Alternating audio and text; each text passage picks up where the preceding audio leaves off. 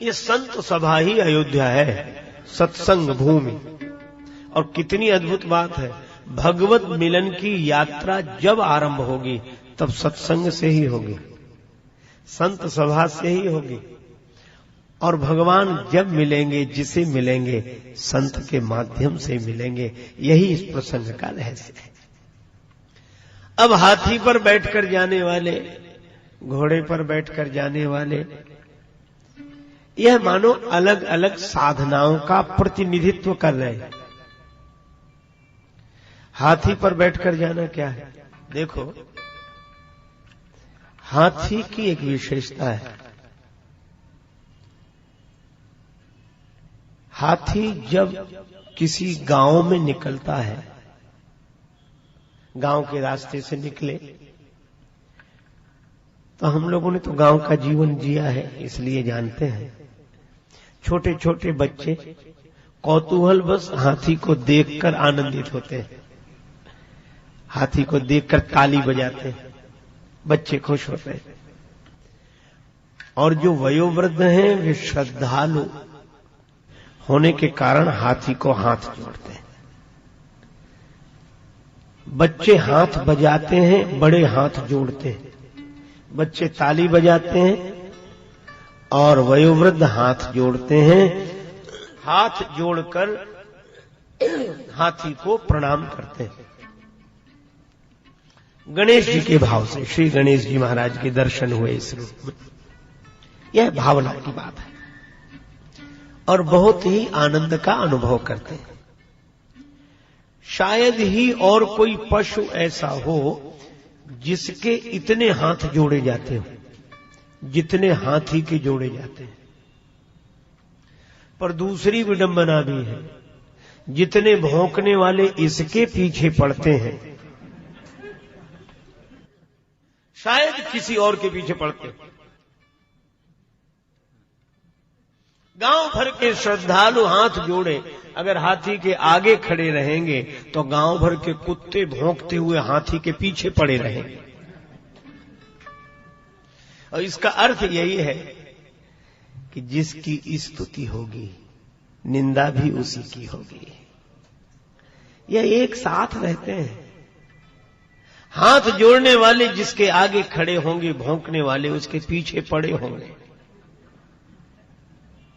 यद्यपि भौंकने वालों में यह हिम्मत नहीं होती कि आगे आ जाए, ये पीछे।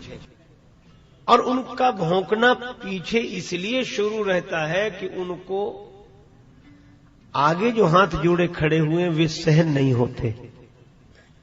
पर हाथी के बारे में आपने यह भी सुना होगा कि हाथी की मस्ती भरी चाल है। जब वो चलता है तो लोग कहते हैं आह क्या गजराज की मस्ती है। और कोई मस्ती से झूमता हुआ चलता है, क्या मस्त गजराज की तरह झूमता हुआ आ रहा। तो मैं एक दिन सोच रहा था कि इसकी चाल में मस्ती क्यों है, इसकी चाल में मस्ती क्यों है। बड़ा बढ़िया उत्तर दिया। एक ही उत्तर है इसका, क्या? हाथी हाथ जोड़ने वालों के पास ठहरता नहीं है और भौंकने वालों की ओर मुड़कर देखता नहीं है, इसीलिए उसकी चाल में मस्ती बनी रहती है। जो स्तुति से भी प्रभावित न हो और निंदा भी जिसको विचलित न कर सके। जो स्तुति से प्रभावित होगा निंदा से वही विचलित होगा। पर यहां निंदा स्तुति उभय सम, जो निंदा स्तुति में समान भाव वाला रहेगा उसी की चाल में मस्ती बनी रहेगी। इसीलिए संत अपने अनुभव की बातें कहते। एक महात्मा के श्रीमुख से सुना हुआ भजन मुझे याद आया।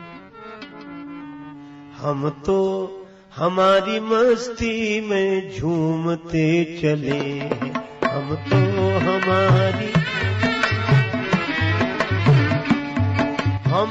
हमारी मस्ती में झूमते चले हैं, हम तो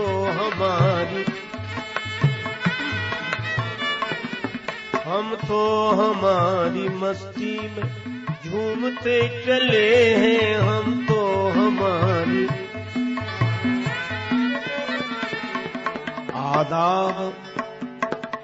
आदाब कर लिया बस जो राह में मिले हैं, आदाब कर लिया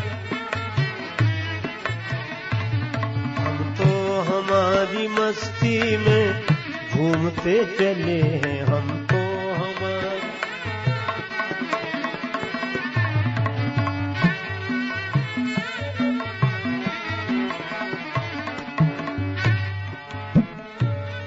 हो चाहे जैसा मौका खाएंगे नहीं धोखा, हो चाहे जैसा पाया है ज्ञान ऐसा गुरुदेव से अनोखा, पाया है ज्ञान। रास्ता मिला है पक्का हम दौड़ते चले हैं, रास्ता मिला है। हम तो हमारी मस्ती में घूमते चले हैं,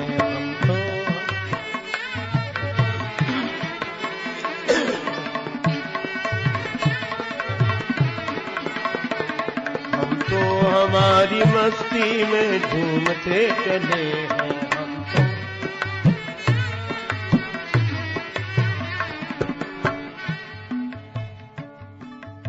जाहि रुचे सो कहे कछुओ।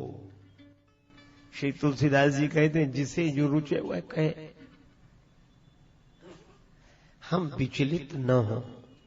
हमारे गुरुदेव कहा करते थे, मैंने उनसे पूछा कि साधु मुक्त होने के लिए क्या करते हैं? उन्होंने कहा उन्हें कुछ करना ही नहीं होता, वे तो मुक्त स्वरूप हैं ही। तो हमने कहा लोक दृष्टि से, बोले बहुत सरल उपाय है।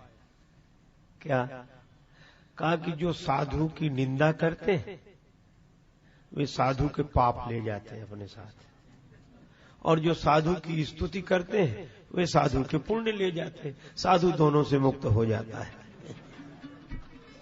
निंदा करने वाले पाप ले गए, स्तुति करने वाले पुण्य ले गए। न पाप न पुण्य, नित्य मुक्त, नित्य आनंद। तो ये हाथी पर बैठकर जाने वाले ज्ञान निष्ठा संपन्न महापुरुष हैं, जो निंदा स्तुति में समान है। जब जगत सब सपना, तो जगत स्वप्न की तरह है, तो स्वप्न की अमीरी भी अमीरी नहीं और गरीबी भी गरीबी नहीं, स्तुति भी स्तुति नहीं, निंदा भी निंदा नहीं। उमा कहूं मैं अनुभव अपना, सत हरि भजन जगत सब।